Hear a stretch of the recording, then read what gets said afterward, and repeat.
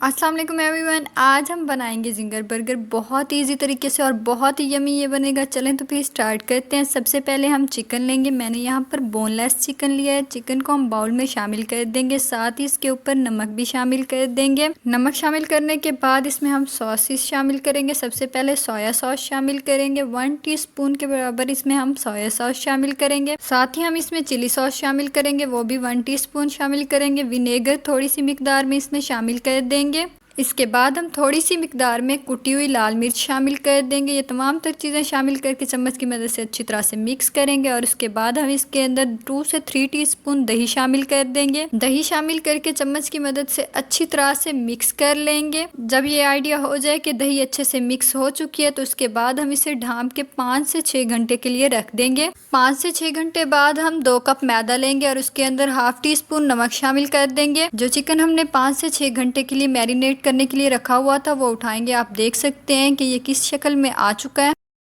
अगर आपके पास ज़्यादा टाइम नहीं है, आपने जल्दी में बनाना है, तो आप इसे कम से कम 20 मिनट के लिए ज़रूर स्टे दीजिएगा। अब जो हमने मैदा बना कर रखा था उसकी इसके ऊपर अच्छी तरह से कोटिंग कर लेंगे। पहले हल्के हाथों से कोटिंग करेंगे, उसके बाद थोड़े से सख्त हाथों से कोटिंग करेंगे। एक बार अच्छे से कोटिंग करके इसे पानी में से डिप कर लेंगे और उसके बाद दोबारा से इसके ऊपर अच्छी तरह से कोटिंग कर लेंगे।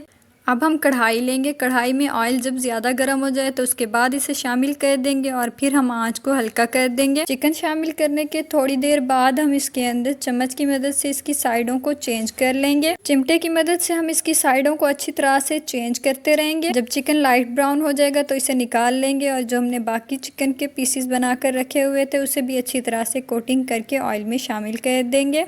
आप देख सकते हैं कितना ज़बरदस्त सा जो चिकन है वो हो चुका है तैयार। अब हम इसे बाहर निकाल लेंगे। बाहर निकाल के साइड पर रख लेंगे और उसके बाद बंस लेंगे और उसके ऊपर हम क्रीम शामिल कर देंगे। बंस के ऊपर क्रीम शामिल करके चम्मच की मदद से अच्छी तरह से फैला देंगे। उसके बाद हम बंद गोभी लेंगे और उसे मैंने हल्के ऑयल में फ्राई कर लिया था। हल्का सा बंद गोभी को भी बंस के ऊपर फैला देंगे और उसके बाद जो हमने चिकन फ्राई करके रखा था वो भी हम इसके ऊपर लगा देंगे। अब मैं यहाँ पर केचप ले रही हूँ। अगर आपको केचप पसंद है तो आप भी केचप शामिल कर सकते हैं। केचप शामिल करने के बाद यहाँ पर मैंने चीज़ भी शामिल कर दी है। अब अगर आपके पास अवन है तो आप उसमें भी पका सकते हैं। मैं अवन में इसलिए नहीं पका रही क्योंकि मेरे कुछ व्यूअर्स के घर हो सकता है अवन ना हो। अब हम फ्राई पैन लेंगे, वही फ्राई पैन जिसके अंदर पहले हमने बंद गोभी को हल्का सा फ्राई कर लिया था। फ्राई पैन को गर्म करके उसके ऊपर हम ढक्कन लगाकर उसे 5 से 6 मिनट तक अच्छी तरह से स्टे देंगे। आपने फ्राई पैन के नीचे जो आंच है वो बिल्कुल ही लो कर देनी है। 5 मिनट बाद जब हम फ्राई पैन के ऊपर से ढक्कन उतारेंगे तो आप देख सकते हैं कि जो हमारी चीज़ है वो अच्छी तरह से मेल्ट हो चुकी है और बर्गर अच्छे से तैयार हो चुके हैं।